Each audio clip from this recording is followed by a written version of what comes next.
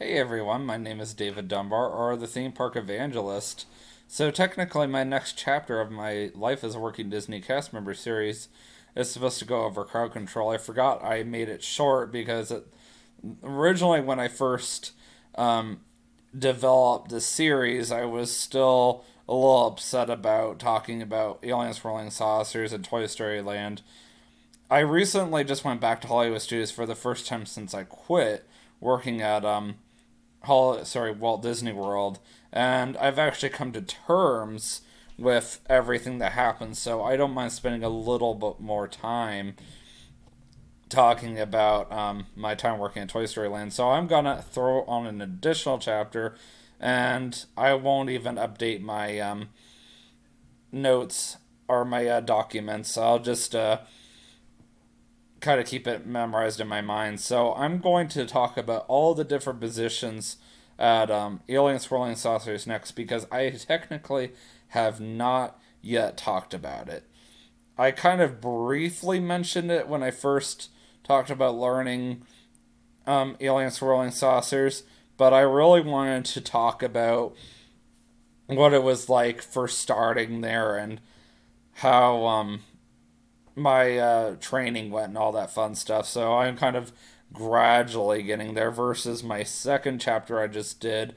I wanted to talk about like overall how did I feel about working at Toy Story Land versus working at Tomorrowland. So that was kind of what the second chapter was, and I spent about 8 minutes just catching you guys up on why I haven't vlogged recently because of the fact that I just got over a stupid 24-hour bug that lasted about 48 hours.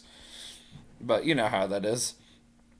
So I'm getting near the end of my Life as a Working Disney Cast Member series. That's pretty sad. I've got about another month or two, maybe, depending on how quickly I get through it. So just a reminder, and I'll kind of remind you guys shortly, or like slowly but surely over the next several, or remaining, I should say, videos I have on the series.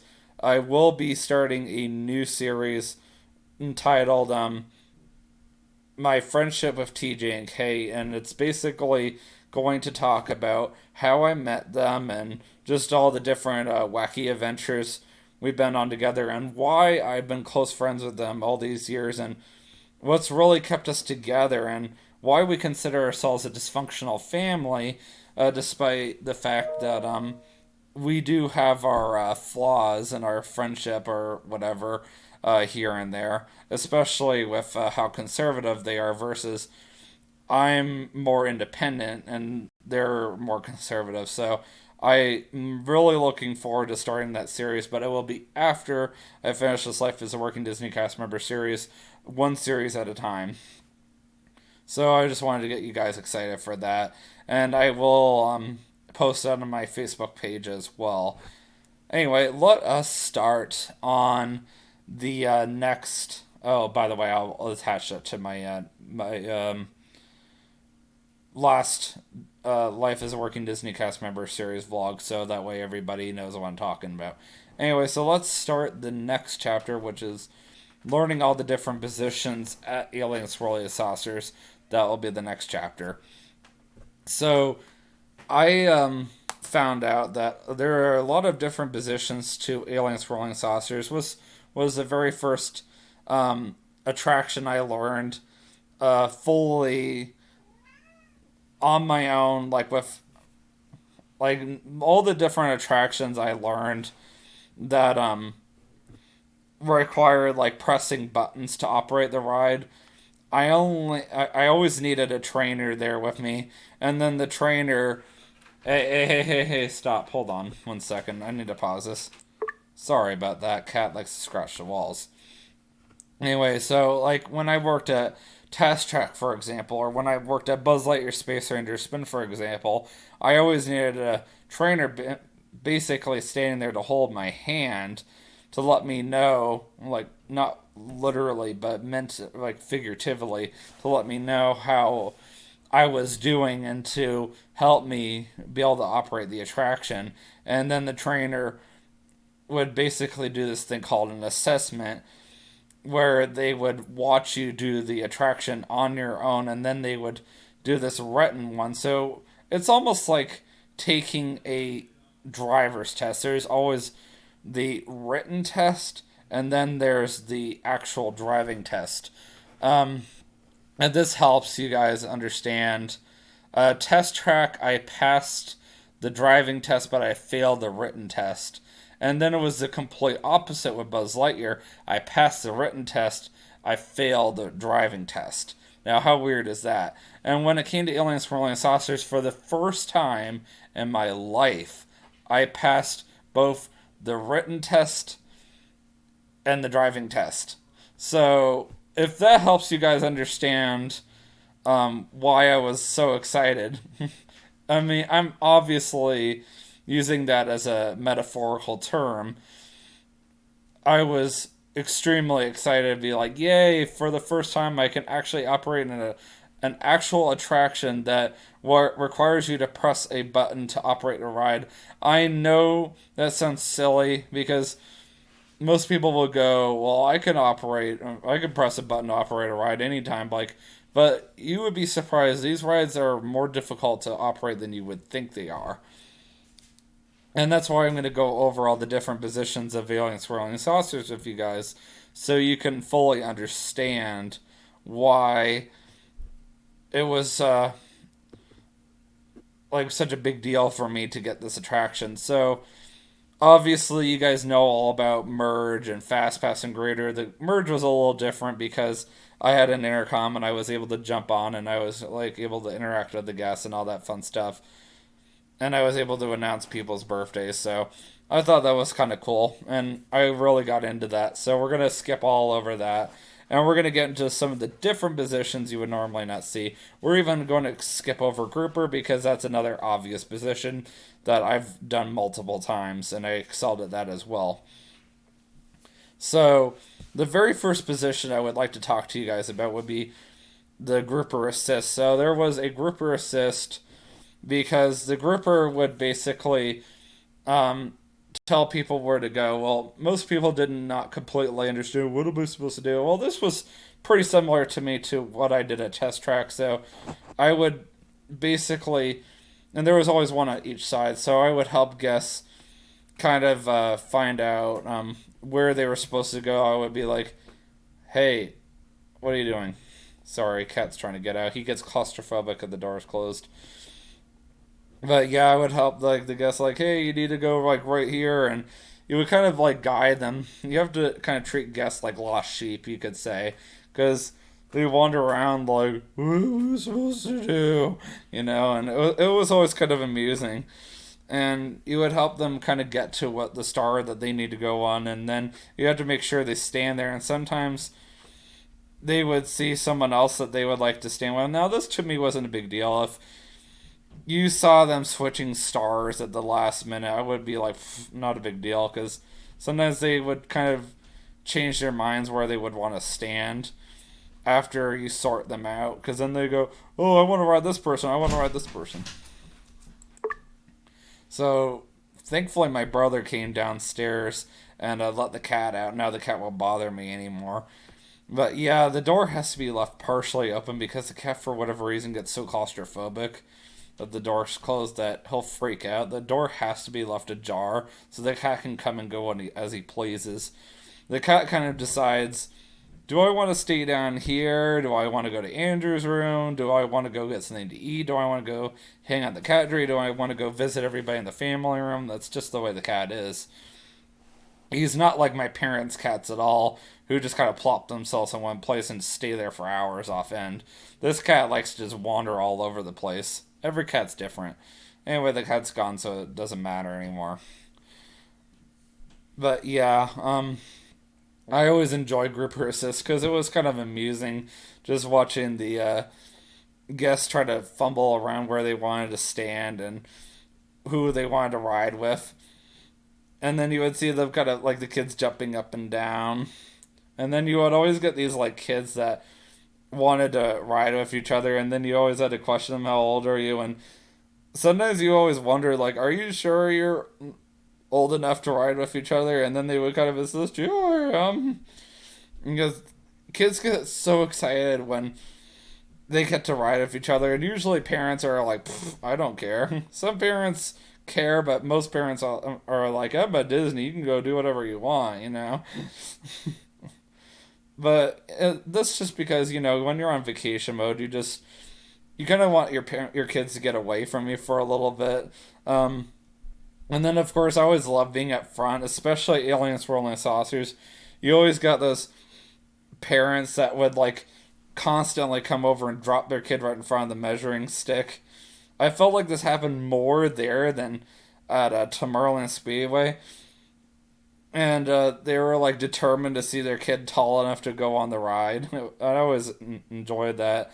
I don't think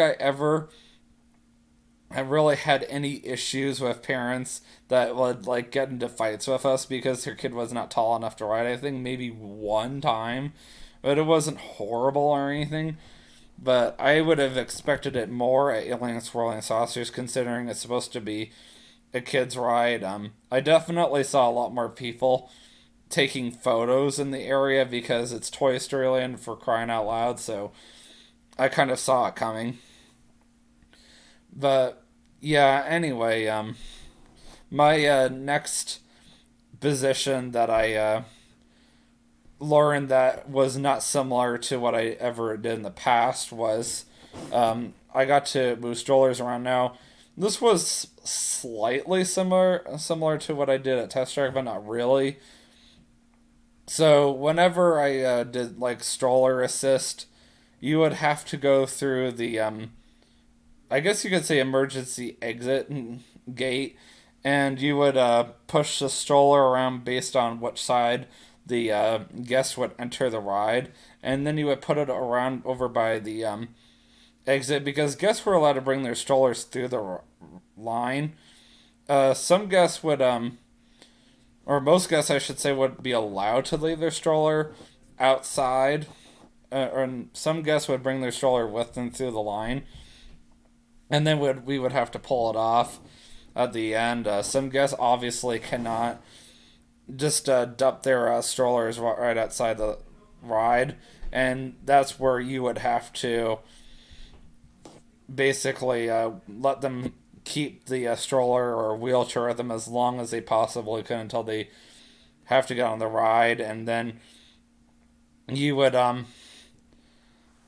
take the stroller or whatever, and you would take it all the way around until you got to around by the exit gate, and then you would park it, make sure the park brake is on or whatever, and then you would walk all the way back around and come right back through the way you came, and then you would just wait there until another guest needs strollers. And sometimes you had a group of strollers waiting for you when you got back, and sometimes I would get sidetracked, and you would have guest members going, "You have all these strollers waiting for you, get going," and you don't want to keep these guests waiting. I mean, the ride's only a 90-second ride, so you gotta like go, go, go. I mean, there was definitely a lot of walking in that position for sure. And sometimes you would have the odd occasional guest that just physically could not get very far from like their stroller or wheelchair to the ride vehicle, and this is completely understandable. So you would allow them to bring the ride into the the stroller or the wheelchair into the actual ride path with them, because the ride would come to a full and complete stop, and because the way the ride was designed, you were allowed to bring that kind of stuff into the ride. Now, what you would do is there were these special things that you could park the stroller or wheelchair behind, and it would not interfere with the ride's motion. And then, as soon as you park the thing and put the brake on, you would have to walk through the exit gate in the ride itself, and then you have to make sure the gate fully shut.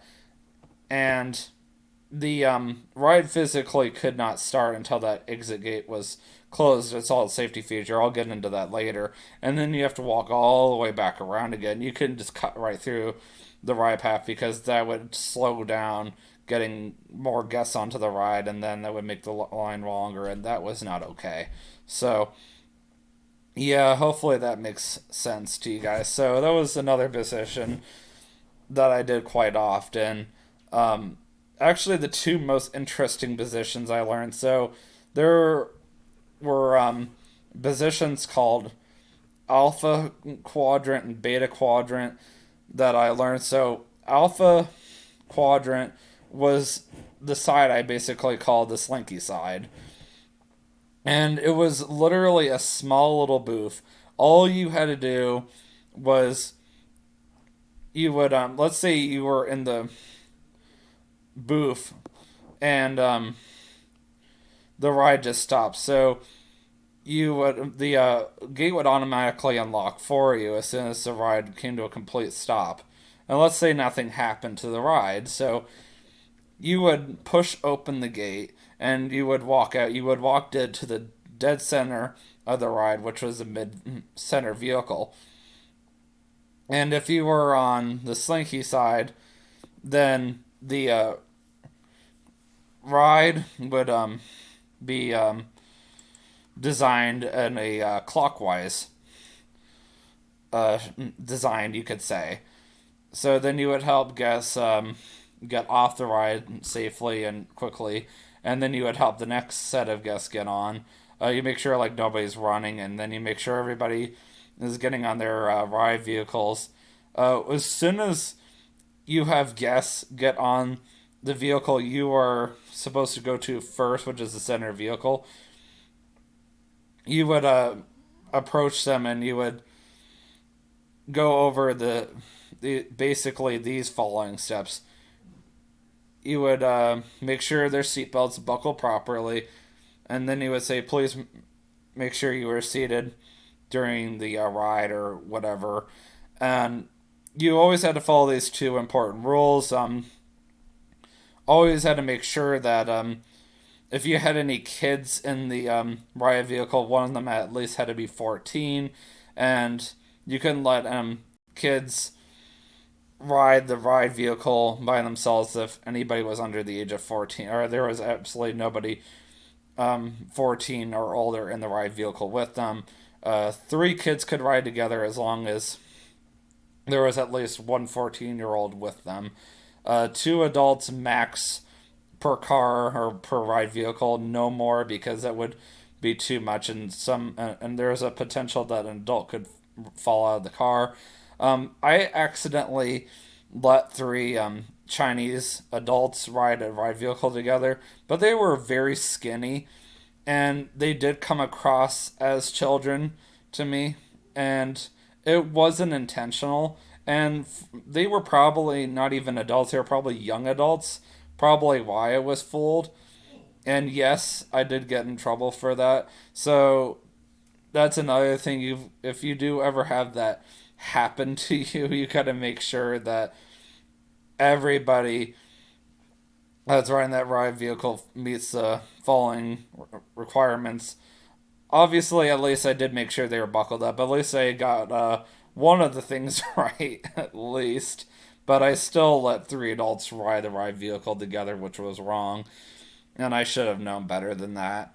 Um, Another thing that I always had to do was I had to go around my side of the track, and I usually only had about 30 seconds to do this. You basically had from the start of the automated spiel to the end of it to go through the entire side of your track and get into your console, close the gate properly.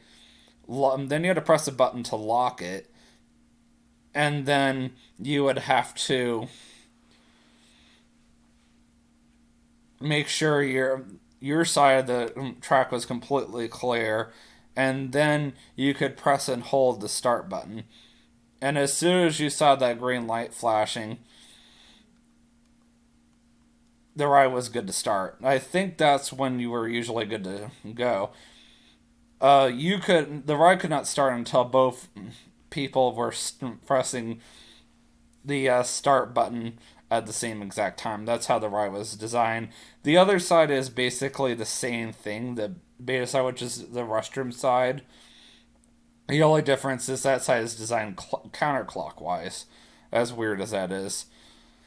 The other console that was a lot of fun to operate, and kind of being sarcastic about it, is the fact is the I'm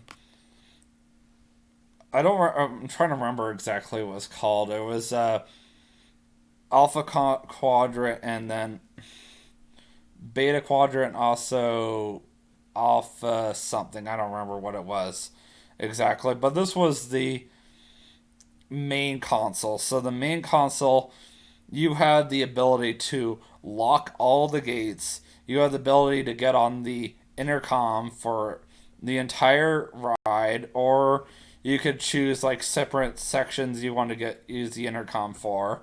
Um, you had the ability to start and to be the first one to start up the ride. Like obviously you couldn't do it without the other guy helping you. You were also the primary person in charge of making sure that the ride was safe. You were also supposed to be the first one to press the emergency stop in the event that something happened. There was one time that I was operating the ride, and I heard this grinding sound. Now, for whatever reason, I don't know why I thought this. I thought someone was out there leaf blowing. And, sometimes these things happen at Walt Disney World, but at the same time, I should have pressed the emergency stop right away as soon as I heard that sound, but for whatever reason, it didn't dawn on me I should have. And I did get a little speaking to about it. I was like, really? You should have done that. And I was like, I thought it was a leaf blower. I was like, what was I supposed to know? But yeah, that hopefully will give you guys an idea of like how important it is to be in the most safety critical position. It was almost like the tower of the ride. If anything ever goes wrong, you were supposed to be the first one to press the emergency stop at all times. There was one time I actually was on it, and it was the day that the air pressure on the safety gates decided to malfunction and the alarm started going off, and I immediately evacuated the whole ride. So at least that day I was on it. And I found out that someone accidentally shut off the air pressure to Slinky Dog because of both rides are interconnected. It affected us too. So yeah, that was definitely a good judgment call on my part. But I'm not going to get into what else happened that day because it wasn't completely my fault, but it was kind of my fault at the same time too. I made some bad judgment calls while I was working at Toy Story Land. Let's just put it that way. But yeah, that was a slightly challenging position. And not only did you have to go through your entire side and make sure everybody was seated properly and follow all those rules I just talked about, once you got back in, you had to lock your gate, you had to lock all the gates, and first you had to close the main gates to allowing people on the ride. Then you had to lock all the gates, and then the ride couldn't even start if the alarm started going off. And in the event of a ride fault, if like the ride ever came near completion, then you suddenly heard the alarm going off. It was like this beep. You had to immediately silence the alarm, and then you had to make sure everybody stayed seated. So the other guy, so you had to look down at your console and see where the ride faulted at, like which turntable. Then you would turn, or the other cast member would have to get out of their console. That person was at least allowed to. So then you would look down and you would show the other cast member which turntable faulted. That cast member would have to walk towards a turntable based on which side they were on. As I said before, if you were on the Slinky side, it was clockwise. If you were on the other side, it was counterclockwise. So then they would have to walk to that, go to that actual spot, and then make sure it was lined up correctly. And then they would turn to you and give you the all clear symbol, which was this. And as soon as it was all clear, you were allowed to tell the guests to get out of the ride over the intercom again. And then you would have to make sure you use the intercom on your side of the ride, of course. Because you don't want to accidentally interfere with the other side, and you don't exactly want to tell everybody in the entire ride what's going on either. That would have been embarrassing. Also, it kind of gotten me in trouble too. So, but yeah, that was definitely the most challenging position. That was probably the most challenging position I've ever had done in my life. But I thoroughly enjoyed it. Some cast members really got into it. There was like a selection of like five different songs that the ride would go through, and some of the cast members would be like dancing along to some of the music. Some cast members like really enjoyed the ride. Some cast members seemed to not enjoy the ride, but probably were actually, and then some of them were just like, yeah, I'm here, whatever. I mean, you can never tell with everybody. Some cast members really enjoy that ride, and you may never know it. My coworker Jared, he used to work at the Great Movie Ride. It was probably one of the best. I shouldn't say coworker, former coworker Jared was probably one of the best Great Movie Ride hosts ever. And yet, and whenever I saw him, I couldn't tell half the time if he was enjoying working there, but you'd be surprised. He loves Toy Story Land. He's still there, and he's been there since Toy Story Land first opened. And unfortunately, he couldn't keep working at Great Movie Ride because the ride closed. I couldn't remember where he went after Great Movie Ride closed, but he was with Great Movie Ride for years until its closing day, so he was with them for quite some time. I think I even remember him working at Great Movie Ride at one point. So yeah, that's pretty much all of the different positions at Alien Swirling Saucers. Because it pretty much went in this order. It was you were on Fast Pass and or if you depending on which position you picked, um, or I mean, depending on which side the computer wanted you to go to, it would send you to from the main console to um to grouper, and then it would send you through some of the interior of the attraction, eventually to the very end of the attraction. Sometimes I think if you went on the restroom side, you would eventually end at greater, versus if you went on the slinky side, you would start at the main console, you would work your way towards merge, and then you would end with fast pass. So personally, it depended on my mood. Sometimes I wanted to be on the slinky side, sometimes I wanted to be on the restroom side. I thought it was kind of cool that the computer randomized which side you would get, and then you would just kind of follow rotation along until you got to the very end of it. And I thought that was kind of cool how that worked out. And then you would eventually turn back around, go to the break room, and find out where it was going to go next. Sometimes you would just randomly get dropped into a position, and depending on what position that was, you would just eventually, or you just follow that position or that the rotation until you got till your break or your lunch or until the end of the rotation, and then you just turn back around. Sometimes you were fortunate to be stuck in the same position like three times in a row. Like there was a couple of times I would be stuck at greater like three times in a row. Now that was a nice day because that's usually pretty easy. Other than the couple of times when you would have that, group of guests that did not want to comply with the rules, like, and especially if they were like insistent, my kid can ride the ride, and like my kid's tall enough, and then you would be like, oh my gosh, I don't want to be up here anymore.